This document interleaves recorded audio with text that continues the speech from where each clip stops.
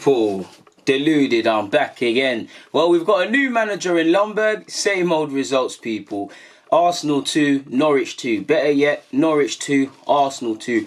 On the balance of things, it's more points lost for Arsenal, saying that Norwich, like Palace or any other team we've played that we've drawn against, Palace, Wolves, and today, you're looking at Arsenal in that we didn't get 3 points potentially. Should we have got 3 points? Do you see what I'm saying, people? But I'm sure both teams will walk away with a point. Definitely how it could have been for Arsenal with the same old mistakes. But it is what it is. Now, Ljungberg, obviously, it's his first, it's not at the Emirates, but it's his first official game as a manager in his own right and game as a manager. We all know Unai Emery, midweek, paid the price for not just the Europa League, people, but he paid the price for what has been the poor form. And against Frankfurt, he got clipped. There's no other way around it. So, yeah, we know today, I wouldn't say it's a free hit since Ljungberg's going to be here, but he's on the face of it, he's got a good opportunity to make his mark to be the long-term manager.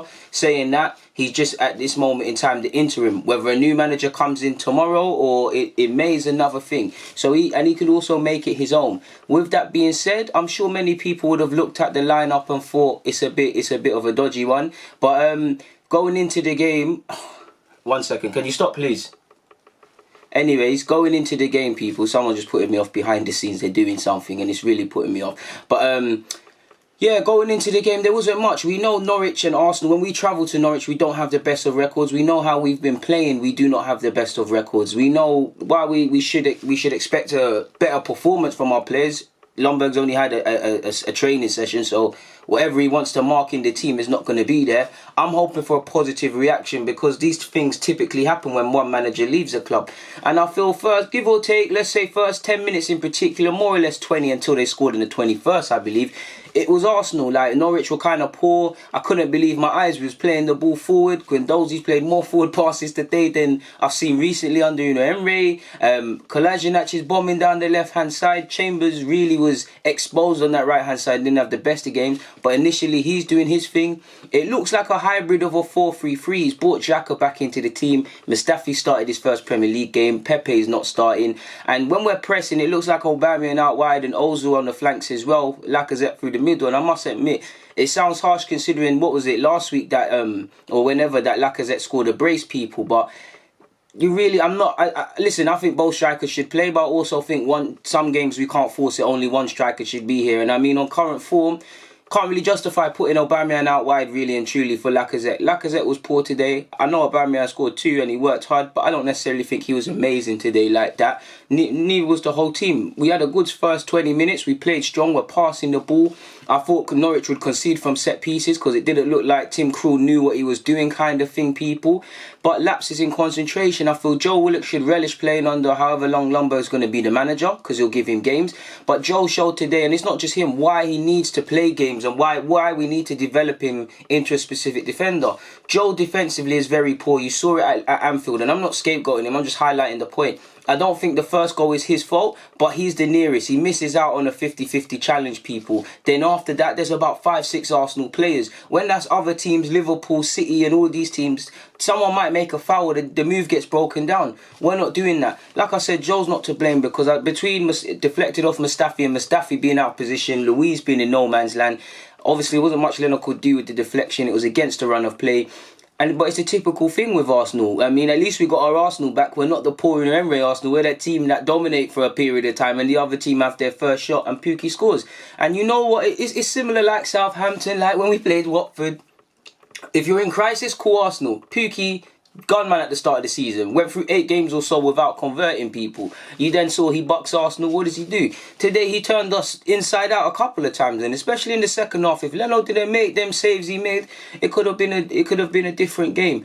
Now we shot ourselves in the foot to concede when we did with Pukki, people. Obviously we got ourselves back in the game via a penalty. Now it is a penalty.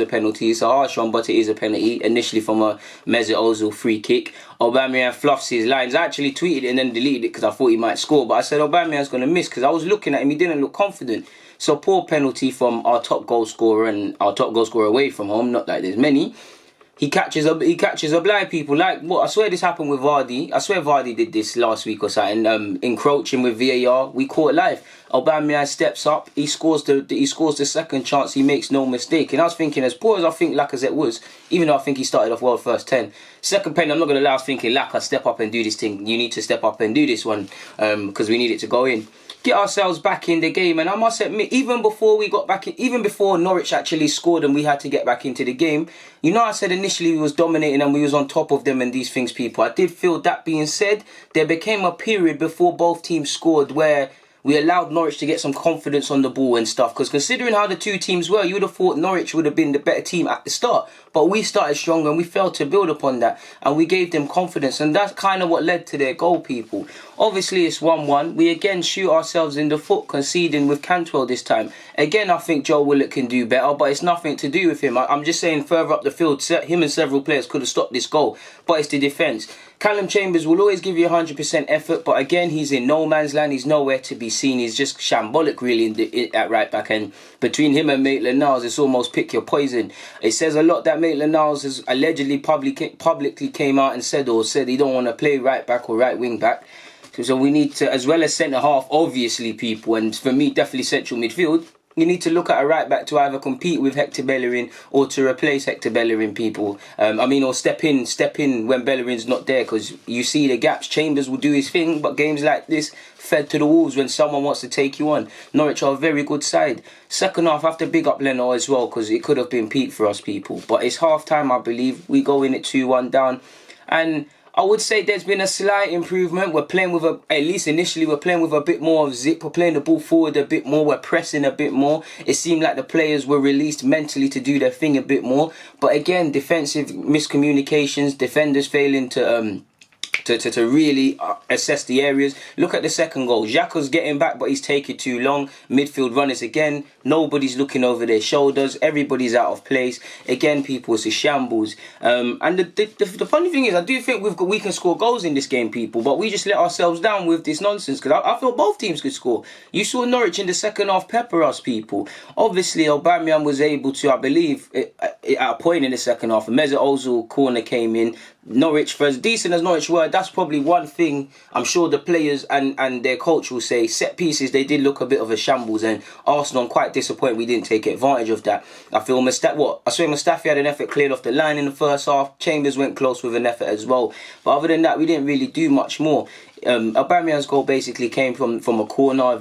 Again, he's kept alive. He reacts, he puts it 2-2, and he gets us back in the game.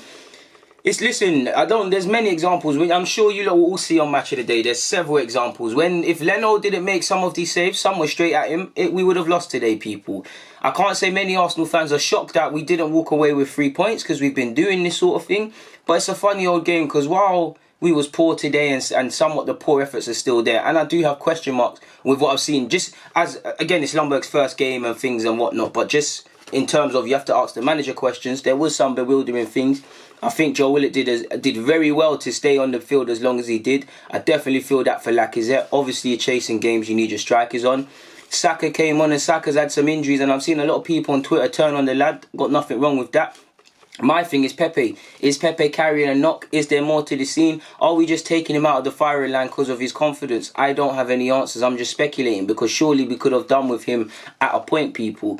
I feel Guendouzi played a couple of good passes, but he deteriorated towards the end.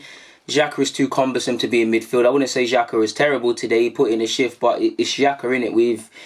It doesn't matter to a degree whether it's Emery, Ljungberg. We've got a lot of bad individuals, specifically in defence. And to be honest, there's not one glaring centre-half or centre-half partnership that you can really scream can do anything really and truly. A lot of people say Chambers and Holding. They both look calam together. Luiz and Socrates, to put it nicely, are train wrecks. I can't believe some people were calling for Mustafi to start just because he was doing all right in the Europa League. Fair play, you can only play what's in front of you. But prior to this game, the last game I'd say of any meaning for Mustafi was Liverpool against Liverpool's kids at Anfield. Did you not see the mistakes then?